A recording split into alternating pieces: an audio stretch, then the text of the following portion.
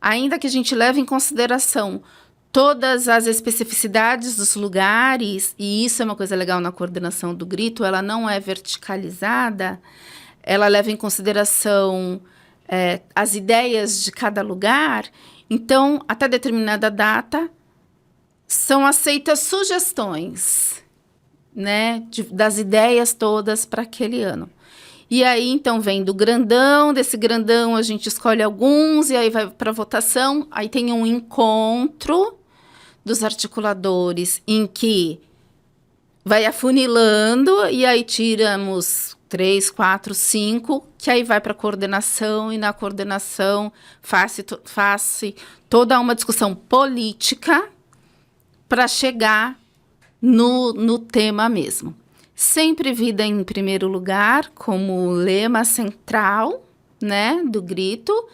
E aí a escolha, esse ano, por exemplo, o tema da campanha da fraternidade era fome. O nosso tema do grito era você tem fome e sede de quê? Ampliou um pouquinho a questão, né? Partindo para outras questões, porque a questão da água para algumas regiões no país é tão importante, né? Então, acrescentou-se a questão da sede. E também uma coisa que uma ideia que ficou muito explícita para todo mundo do grito, para quem faz parte das organizações do grito e quem vem acompanhando e participando, né, durante todo o ano, é que não é essa fome alimentar, não é essa sede da água apenas, mas outras fomes, né? Por exemplo, a fome da paz, a fome dos direitos humanos respeitados, a fome da soberania do território e do cuidado com as populações indígenas, por exemplo, né? Então, cada região vai dando o seu pitaco e se chega a esse tema, que é central, né? No nosso caso, esse ano, fome e sede de quê? De quê? Você estava falando que existem eixos, né? Como é que se dá isso? Que eixos são esses? Bom, vou explicar primeiro a necessidade dos eixos, né? Sim. A gente no Brasil e no mundo vive muitos desafios. E eles são abrangentes demais. E se a gente deixar solto, a gente não consegue dar conta de refletir sobre coisas muito importantes. Então, desde muito tempo já, o grito se organiza por esses eixos, normalmente ligados a direitos humanos, políticas públicas, a questão agrária, a educação, saúde, né, acesso a trabalho, emprego e renda, por exemplo.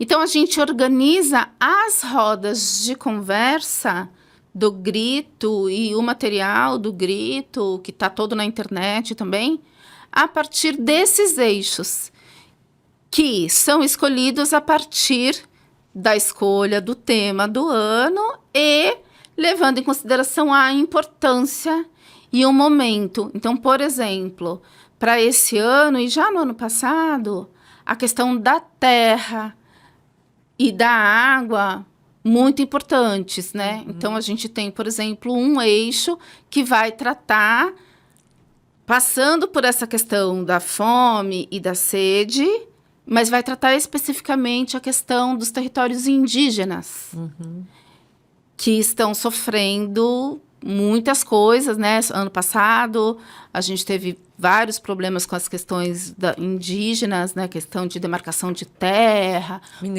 A mineração. Então, a gente vem falando disso. Né? As doenças. Então, o eixo desse ano, né? Tem um título gigante. Da questão indígena é o eixo 4. Espera só um pouquinho que eu vou chegar nele. Demora um pouquinho para carregar, mas já vem. Mas o eixo 4 ele vai falar justamente das terras indígenas e e da soberania desse povo, né? Então, povos originários, é o título, terras livres e povos sem fome. Não está falando apenas dos povos indígenas, aqui no nosso caso também está falando dos povos quilombolas, né? Uhum. E a gente pode também, em alguns estados, incluir os povos ciganos. Sim. Né?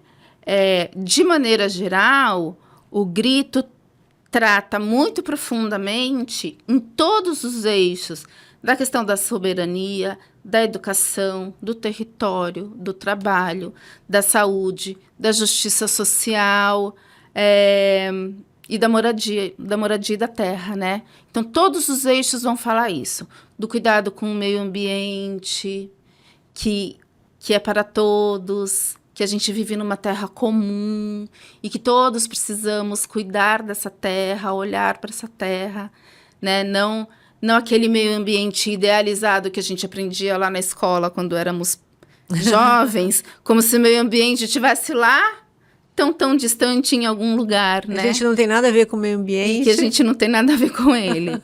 Então, o grito, ele procura trazer esses temas para mais perto das pessoas e para que essas pessoas também, para quem nós gritamos, junto com quem nós gritamos, na verdade, elas entendam e reflitam sobre o nosso papel na mudança disso tudo.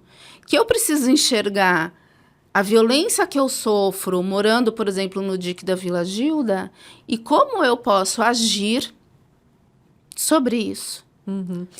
Você